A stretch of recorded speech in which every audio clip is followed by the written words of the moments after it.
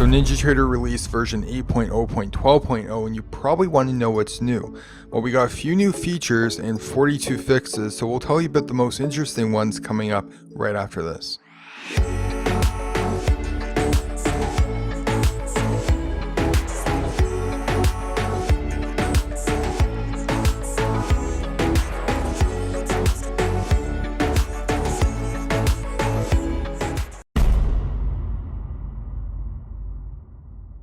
.11943, the first feature that's added here is probably actually a bunch of feature requests, 5 to be exact, but they do all the same thing, essentially, which is part of a collection of ordered flow indicators. Okay, so we got volumetric bars, we have the depth map, we have a cumulative delta, and other indicators that order flow traders might appreciate.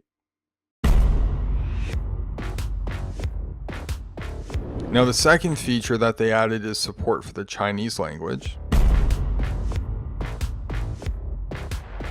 And the third was the support for the SHFE, the DCE, the ZCE, the SHSE, and the SZSE exchanges.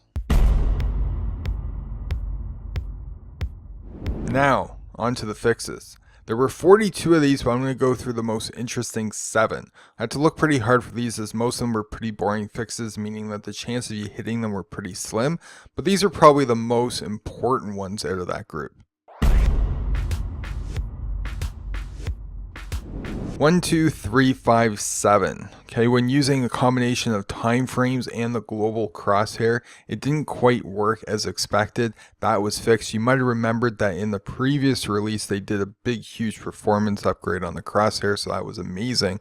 This is kind of tightening all that up. So 1, 2, 3, 8, 6, drawing objects with the chart anchors into the future as we often do using our pattern tools that do self-validating. I'll put a video here if you're interested, but they were actually being removed when disconnecting from a live data feed. That has been fixed. Okay, 1, 2, 3, 6, 4. This is kind of interesting if you're into coding indicators, but they resolved a case where removing a blank line of code resulted in errors.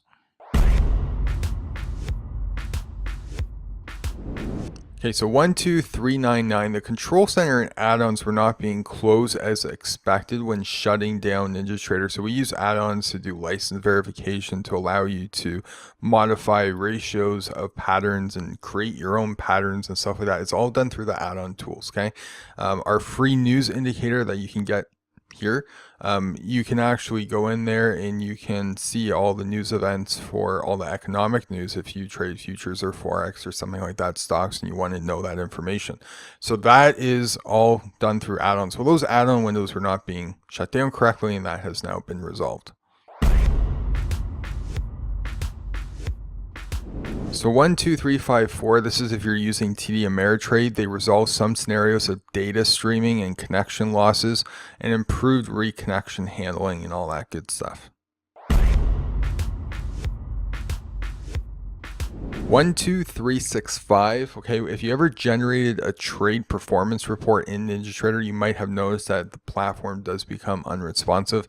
It's been very rare I've hit this, but it has now been resolved.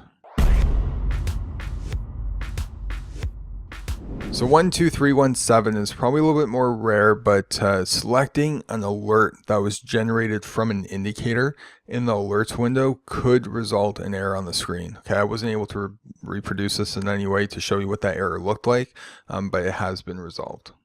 So if you're using one of our free indicators, we have a news indicator as well as a price line indicator, or if you're using our paid XABCD pattern software suite, you're probably wondering if you can upgrade to version 12, and you certainly can. Everything seems to be functioning and very little was actually changed with how NinjaScript is handling things.